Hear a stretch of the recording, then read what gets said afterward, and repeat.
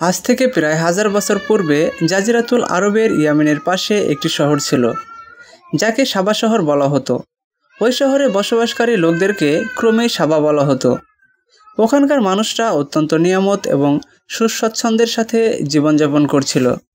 চারিদিকে মনোরম ফসল এবং ফলমূলের গাছ বিদ্যমান ছিল, কিন্তু ওই জাতির মানুষ শিরকের মধ্যে ভয়ঙ্করভাবে লিপ্ত ছিল, কারণ তারা নিয়মিত সূর্য পূজা করত। যখন সেখানকার বাদশাহ সারাদিন মালিকের মৃত্যু হয়, তখন তার মেয়ে বিলকিস ক্ষমতার সিংহাসনে আসে। কিছু কিছু ঐতিহাসিকরা বলেছেন, রানী বিলকিসের মাতা এবং পিতার মধ্যে কেউ একজন জিন ছিল। আমাদের সপক্ষে কোনো সুস্পষ্ট দলিল বা প্রমাণ পাওয়া যায়নি। যাই হোক, রাজকুমারী বিলকিস অত্যন্ত যোগ্যতা সম্পন্ন এবং বুদ্ধিমতী মেয়ে ছিল। তিনি বড় ইয়ামিন দেশ লাগাতো 9 বছর যাবৎ অত্যন্ত সুন্দরভাবে শাসন করেছিলেন। পৃথিবীর অধিকাংশ এলাকায় যে সকল ব্যবসা বাণিজ্য হতো, সেগুলোর অধিকাংশ কোনো না কোনো সভার আওতাধীন ছিল, আর এটি সম্প্রদায়ের লোকদের মালিক হওয়ার অন্যতম কারণ ছিল। কিন্তু ওই সময়টা এমন একজন বাদশা ছিলেন, যার সুনাম পৃথিবীর পূর্ব থেকে পশ্চিম পর্যন্ত বিস্তারিত ছিল। তিনি ছিলেন আল্লাহর নবী হজরত সুলাইমান আলাইহিসসালাম। হজরত সুলাইমান আলাইহিসসালামের রাজত্ব পৃথিবীর অধিকাংশ দেশ জুড়ে বিদ্যমান ছিল, এবং সমস্ত দেশগুলো দারুন খিলাফায়ে জেরুজালেমের শহর ছিল। আল্লাহর নবী হজরত সুলাইমান আলাইহিসসালামকে পশু পাখি, বাতাস, মানব এবং সমস্ত জন্তু জানোয়ারের উপর ক্ষমতা দেওয়া হয়েছিল। একদিনের ঘটনা, হজরত সুলাইমান আলাইহিসসালাম তার রাজদরবারে সমস্ত জিন, মানুষ এবং পশু পাখিদেরকে নিয়ে বৈঠক করছিলেন, কিন্তু সেখানে তার অত্যন্ত আদরের পাখি হুদহুদ উপস্থিত ছিল না। তিনি জিজ্ঞেস করলেন, হুদহুদ কোথায়? সবাই মিলে অনেক খোঁজাখুঁজি করার পরেও হুদহুদের কোনো সন্ধান পাওয়া গেল না। তাই হজরত সুলাইমান আলাইহিসসালাম খুব রেগে গেলেন এবং সিদ্ধান্ত নিলেন, যদি হুদহুদ কোনো উপযুক্ত কারণ পেশ করতে না পারে, তবে তাকে জবাই করা হবে। এদিকে হুদহুদকে নিয়ে আলোচনা চলাকালেই হুদহুদ এসে উপস্থিত হয়ে গেল। তাকে জিজ্ঞেস করা হলো, তুই কোথায় ছিলি?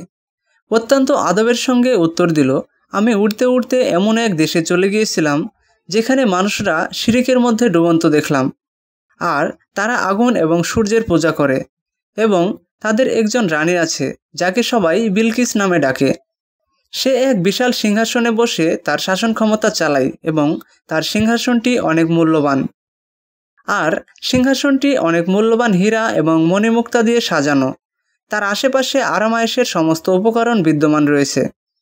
হজরত সুলাইমান আলাইহিসসালাম তাকে বললেন, তোমার কথা যদি সত্যি হয়, তাহলে আমার একটি চিঠি ওই রানীর কাছে পৌঁছে দাও, যাতে তারা শিরিক থেকে ফিরে আসতে পারে।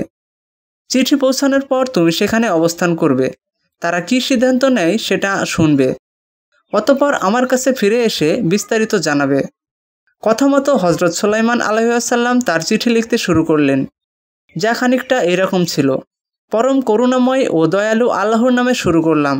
এই সম্মানিত চিঠিটি হজরত সুলাইমান ইবনে দাউদের পক্ষ থেকে সাবার সম্প্রদায় রানী বিলকিসকে প্রেরণ করা হয়েছে। যে ব্যক্তি হেদায়েতের অনুসরণ করবে, তার জন্য রয়েছে নিরাপত্তা, আর কোশ্চিনকালে আমার উপর বিজয় লাভ করার আশা লালন করবে না, বরং আমার সাথে মোকাবেলা করার জন্য চক্রান্ত চেষ্টা করবে না, বরং অনুগতশীল হয়ে আমার কাছে চলে আসো। এই চিঠিটি রানী বিলকিস এবং তার সমস্ত সম্প্রদায়ের লোকদেরকে হেদায়েতের দাওয়াত হিসেবে ছিল।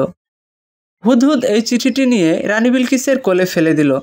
রানী বিলকিস তার দরবারে তখন 300 জন সর্দার বিদ্যমান ছিল।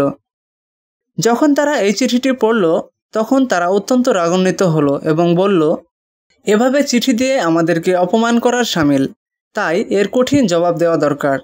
কিন্তু রানী বিলকিস অত্যন্ত বুদ্ধিমতী মেয়ে ছিলেন, তাই তিনি তাদেরকে বুঝালেন, এই চিঠি দ্বারা বোঝা যাচ্ছে তিনি কোনো সামান্য মানুষ নয়, বরং আল্লাহর নবী। সুতরাং আমাদেরকে হিকমতের সাথে কাজ করা উচিত। রানী বিলকিস বললেন, আমি সুলাইমান আলাইহিসসালামের কাছে একটি উপহার পাঠাবো। যদি তা কবুল করে ফেলে, তাহলে সুলাইমান শুধুমাত্র একজন দুনিয়ার বাদশাহ, এবং আমি তার সাথে যুদ্ধ ঘোষণা করব। আর তিনি যদি সত্যি আল্লাহর কোনো নবী হন, তাহলে আমি তার কাছে আত্মসমর্পণ করব।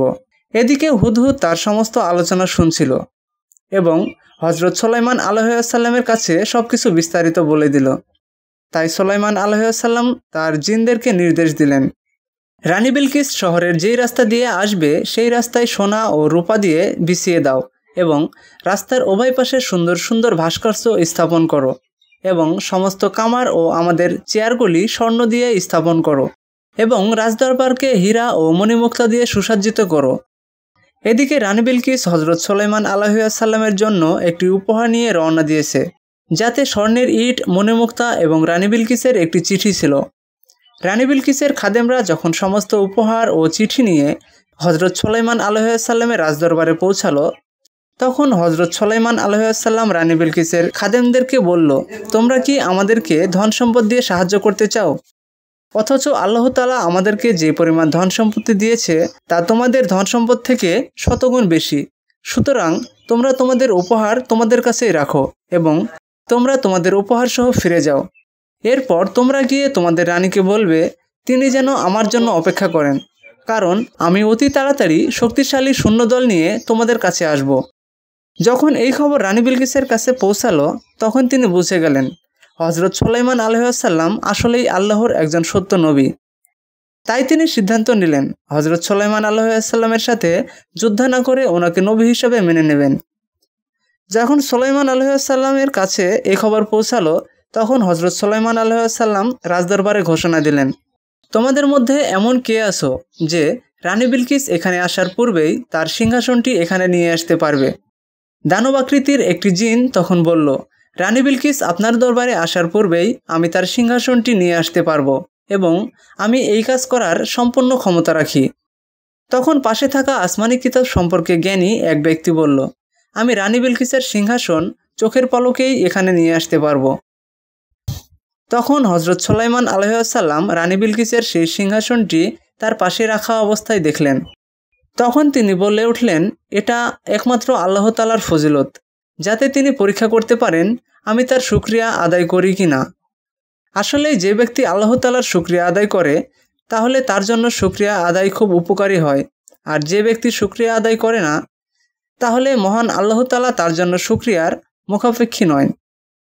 মুসাফিরিনদের মতে ওই ব্যক্তি হজরত সুলাইমান আলাইহিসসালামের একজন বন্ধু ছিল, যার নাম তাফসিরের কিতাবে আসিফ ইবনে বরখিয়া বলা হয়েছে। আবার কোনো কোনো মুসাফিরিন লিখেছেন ওই ব্যক্তি হজরত সুলাইমান আলাইহিসসালামের খালাতো ভাই ছিল। বর্ণনায় পাওয়া যায় রানী বিলকিসের সেই সিংহাসনটি ৮০ হাত লম্বা ছিল এবং প্রস্থ ৪০ হাত এবং উচ্চতায় ছিল ৩০ হাত। এই সিংহাসনটি হীরা, মণিমুক্তা এবং ইয়াকুব পাথরের সন্নিবেশে ছিল। হজরত সুলাইমান আলাইহিসসালামের এই সিংহাসনটি কিছুটা পরিবর্তন করলেন। সিংহাসনটি পূর্বের চেয়ে আরও উন্নত এবং সুন্দর হয়ে গেল। অতঃপর রানী বিলকিস যখন হজরত সুলাইমান আলাইহিসসালামের রাজদরবারে উপস্থিত হলো, তখন তিনি তাকে জিজ্ঞেস করলেন। রানী বিলকিস জবাবে বললেন, হ্যাঁ, আমার সিংহাসনটিও হুবহু এরকমই। আসলে আমরা তো আপনার ব্যাপারে আগেই জেনে গেছি এবং আমরা আপনার অনুগত হয়ে এসেছি।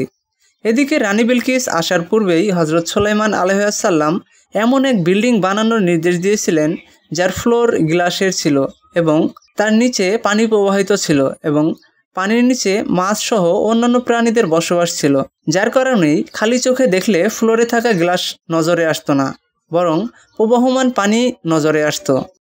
অতঃপর যখন রানী বিলকিসকে ওই মহলে আহ্বান করা হলো, তখন রানীর সামনে একটি পানির হাউস দেখতে পেল। তাই স্বাভাবিকভাবেই তিনি পানি পার হওয়ার জন্য পায়ের নিচ থেকে কাপড় উপরে তুলতে শুরু করলেন। তখন হজরত সুলাইমান আলাইহিসসালাম বললেন, এটা তো গ্লাস দ্বারা তৈরি, ফ্লোরে পানি নেই। তখন রানী বিলকিস কিছুটা লজ্জিত হলেন এবং তিনি বললেন, হে আমার পরওয়ারদিগার, আমি এতদিন সূর্যের পূজা করে ভুল করেছি এবং নিজের উপর জুলুম করেছি, কিন্তু এখন হজরত সুলাইমান আলাইহিসসালামের সাথে আমার অনুগত স্বীকার করছি।